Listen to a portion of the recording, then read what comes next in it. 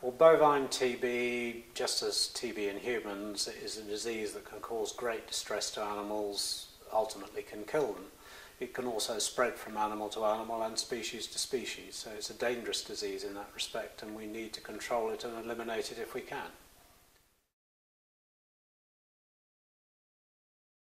Well, it's been in cattle for a long time. It probably moved from human beings way back 2 or 3 centuries ago.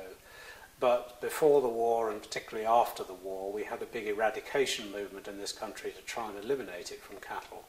And that was very nearly achieved, just using the skin test procedure that we still use today.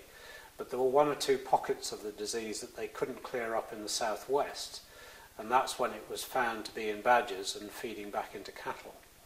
But it's a disease that, from those days in the somewhere in the sort of late 70s, very early 80s, we'd got down to just 50 or 60 farms that were affected by TB.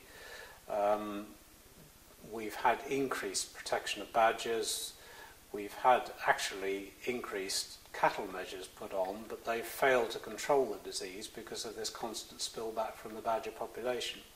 And we're now in a situation where, I think it was in 2008, we had over 40,000 cattle killed and nearly 6,500 farms affected.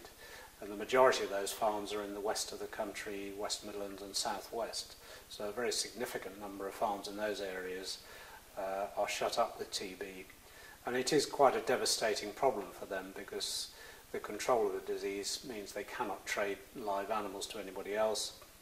They have to undergo testing of their cattle every 60 days, and it takes a long time to get rid of the disease. And you struggle to do that in cattle, and yet you've got a background of disease in badgers so it can feed back into the herds at any time. It's costing the taxpayer somewhere around £100 million a year in testing costs and compensation to farmers.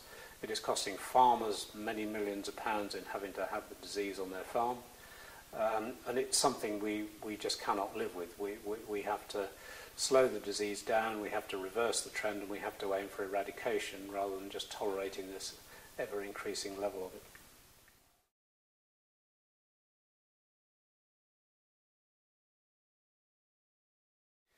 We've experienced, the first experience we had of the disease on our farm was back in 1986. We've had the disease on and off ever since then, and it's got significantly worse since the year 2000. In fact, we've only had 1 year clear of the disease in the last 10. In total, we've lost about 170 cattle off our farm, which is not as many as some people have, but it's probably cost us well over £300,000 in lost profit and costs in trying to deal with it, and it is still a major headache. And in the process of trying to deal with it and bring back in and replace cattle, we've brought in other diseases onto the farm which we never had before, so it is a devastating problem.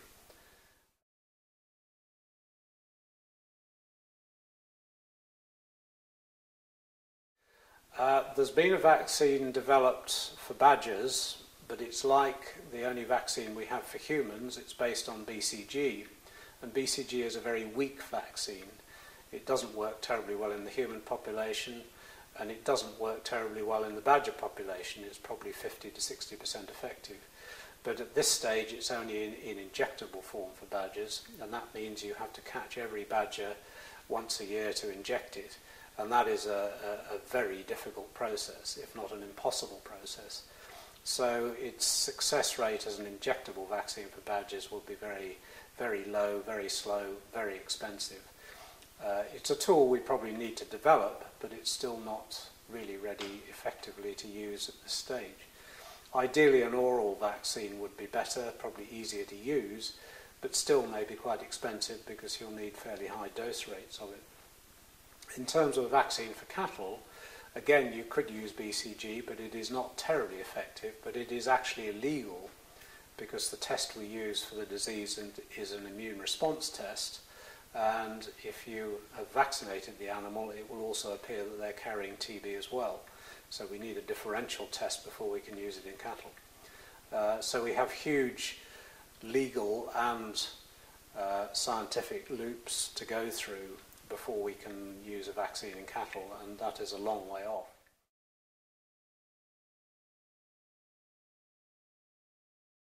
Well, it is a very difficult disease, to uncover because the TB test we use is not the best test.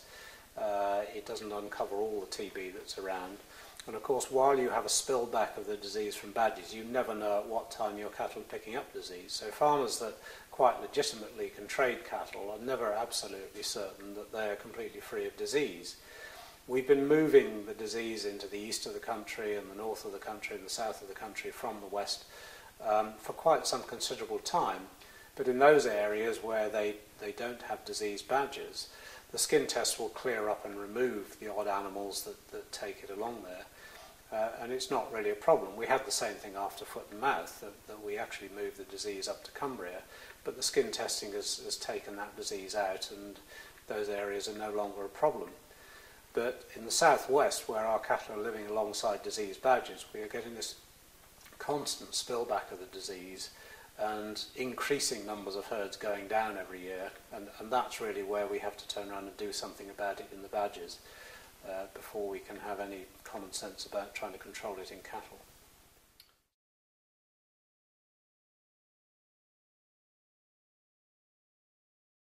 Well, I think what we have to do is to set about having a targeted colour badgers that works alongside the cattle measures we already have. Those cattle measures are very strict, but they're not working at the moment, and therefore we have to bring into play an effective colour badgers in those areas where we know there's TB in the badgers and feeding back into cattle. It's not going to be an easy process. It's probably going to take some time before it has any significant effect on the TB in cattle, but we must get on with it. We've been dithering about for far too long on this one, and we have to tackle the disease in wildlife with as much vigour as we do in cattle.